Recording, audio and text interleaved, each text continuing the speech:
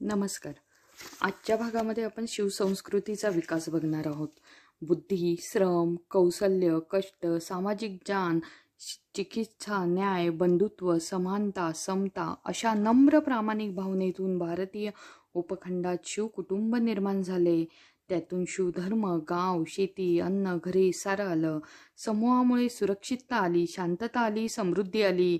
जगातील इतर मानवसमूहांच्या तुलनेत भारतीय मानवाने खूप प्रगती व विकास केला. भारत म्हणजे आजचा भौगोलिक भाग नव्हता, तर पश्चिमेकडे पाकिस्तान, अफगाणिस्तान, इराण, इराक, काळ्या समुद्रापर्यंत व पूर्वेकडे बांगलादेश, तैवान, सुमात्रा, जावा बेटापर्यंत भूप्रदेश व समुद्र भाग होता.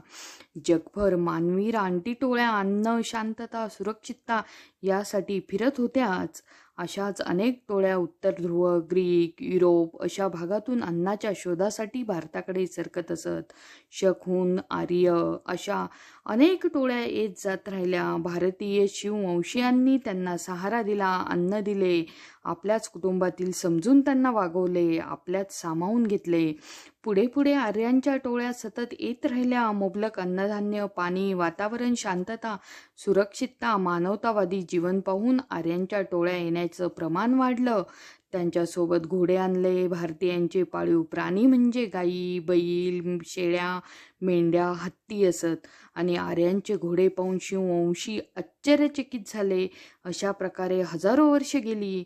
आर्य भारतीय शिववंशीयांच्या अन्न पिकवायचे व आर्य ब्राह्मण पाहुणे म्हणून ऐतखाऊ होऊन जगू लागले. अतिथी देवो याचा अर्थ असा ऐतखाऊ आर्य असा होता आणि ऐतखाऊ आर्यांची संख्या वाढू लागली. श्रमकरी शिववंशीयांना अन्न कमी पडू लागले. आर्य घोडेस्वार शस्त्रधारी होते. त्यांचा गैरफायदा घेऊन आश्रयाला व पोट भरायला आलेले रानटी भिकारी आर्य ब्राह्मण आश्रयदात्यांच्याच जीवावर उठले. याशिवाय सुरुवातीच्या अनेक टोळ्यांमध्ये फक्त पुरुषच आले होते. त्यामुळे मर्यादित अन्नासोबतच मर्यादित स्त्रिया, यामुळे भांडणाला तोंड फुटे आणि शिवधर्मी शिवकुळातील पुरुष काबाड कष्ट करत. त्यामुळे थकत असत. रात्री ते झोपले असताना आश्चर्यचकित आर्य त्यांच्यावर हल्ले करू लागले. शिंदू शिवधर्मीय संस्कृतीवर क्रूर व कपटी हल्ला करणारा पहिला परकीय आक्रमक इंद्र होता आणि शिववंशीय राजा शंबर, राजा वृत्रासूर यांनीही आर्यांनी कपटांनी मारले. पुढे पुढे संघर्ष वाढत गेला. आर्य टोळ्यांची संख्या वाढली. तसेच त्यांच्याही सोबत पुढे स्त्रिया आल्या. भारतीय स्त्रियांच्या तुलनेत रेखीव आर्य ब्राह्मण स्त्रिया पाहून काही शिववंशी आर्यांना फितूर झाले. अशा पद्धतीने जगात सत्ता आणि संपत्ती काबीज करण्यासाठी स्त्रियांचा वापर करण्याची प्रथा भारतातच आर्य ब्राह्मणांनीच सुरू केली आणि यातूनच विष्णू आला. विष्णू म्हणजे विषाचा अणू, विषारी समूह, विषाचा अणुबॉम्ब, शिवाचा कर्मठ विरोधक. मूळचा मराठा, पण सत्ता, संपत्ती व सौंदर्य याला भुलून तो ब्राह्मणांच्या कळपात गेला असे म्हणतात. तो विषारी माणूस म्हणजे विष्णू. आजही आपण राजकारणात हे पाहतो. अशा रीतीने फोडा व झोडा हे तत्व आर्य ब्राह्मणांनी वापरायला सुरुवात केली आणि ते सुरूच आहे. इंग्रज, पोर्तुगीज असे मूठभर आले होते. व्यापारासाठी आलेले इंग्रज 150 वर्ष भारताचे राज्यकर्ते होते आणि भारताची लोकसंख्या 35 कोटी होती. त्यावेळी जास्तीत जास्त ब्रिटिश संख्या 3000 होती. भारतीय व्यापारी व ब्राह्मण तसेच शिकलेले लोक इंग्रजांसोबत होते. ब्राह्मण इंग्रजांना आपल्याच रक्ताचे भाऊबंद मानत असत आणि यावरून अंदाज करणे.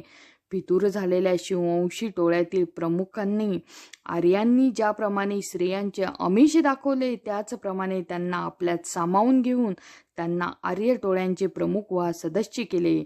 तेही स्वतःस आर्य म्हणू लागले. अशा फितुरांचा उपयोग पुढे आर्यांनी सरळ सरळ सत्ता व जमीन ताब्यात घेण्यासाठी सुरू केला आणि त्याच सोबत सत्ता ताब्यात घेताच आर्यांनी वर्णश्रेष्ठाचा वाद सुरू केला. आम्ही श्रेष्ठ आहोत, आम्ही ईश्वराचे दूत आहोत, आम्ही आकाशातून आलो आहोत, त्यामुळेच आम्ही तुमचे मालक आहोत, असे अनेक लबाड्या करून त्यांनी आपले वर्चस्व स्थापित करण्याची एकही संधी सोडली नाही. बुद्ध काळापासून मूळ भारतीय समाजास बहुजन तर आर्य आक्रमकांना ब्राह्मण म्हणू लागले. आजही हे शब्द नावे भारतीय भूमीवर बहुजन म्हणजे शोषित तर ब्राह्मण म्हणजे शोषक या अर्थाने वापरत आहे. अनार्य म्हणजे बहुजन विरुद्ध आर्य, म्हणजे ब्राह्मण हाच भारतात देशातील मूळ वाद आहे, संघर्षाचं मूळ कारण आहे. हा वाद कधीच मिटू नये यासाठी जागतिकीकरणाचे लाभधारक जगभर पसरलेले सर्व भाषिक व सर्व पोतजातीय ब्राह्मण आक्रमकपणे एकवटले आहेत. ते एवढे की अमेरिका, युरोपमध्ये विषमता, शोषण, अमानवता याला पर्याय ब्राह्मण हे शब्द तिकडे वापरात आले. एवढा हा संघर्ष तीव्र आहे. आजच्या महाराष्ट्र राज्याच्या सीमा भागातील विविध पुरातत्वीय पुरावे आता उपलब्ध झाले आहेत. प्राचीन गुहा, आदिमानवांच्या वसाहती, धान्य, नैसर्गिक गुहा, दगडी हत्यारे, प्राणी व मानव यांची हाडे, ताम्रपाषाण युगापासूनची धातूची अवजारे इत्यादी माध्यमातून महाराष्ट्र राज्याचा प्राचीन इतिहास समजतो. आणि पुरातत्व उत्खननातून महाराष्ट्रातील गोंडवाना परिसर, प्रकाश सावळदे, नेवासा, दायमाबाद, इनामगाव अशा शेकडो ठिकाणी मानवी वसाहतींचे पुरावे मिळाले आहेत.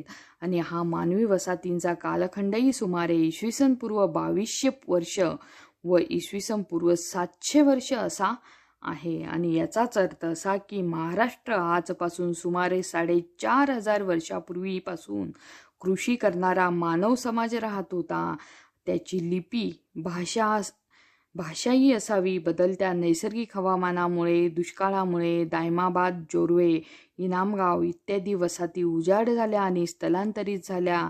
महाराष्ट्रातील लोकांना मराठा मानायचे झाले तरी मराठा वसाहती व मराठा समाज आजपासून 4500 वर्ष किमान प्राचीन आहे. आणि मराठा समाजाला कमीत कमी 5000 वर्षाचा इतिहास आहे. हा इतिहास स्पष्ट नसला तरी विविध क्षेत्रीय संघर्षाचा हा इतिहास आहे. आजच्या भागातून आपण शिवसंस्कृतीचा विकास बघितला. जर तुम्हाला हा भाग आवडला असेल तर माझ्या चॅनलला सबस्क्राईब करा आणि लाईक करा.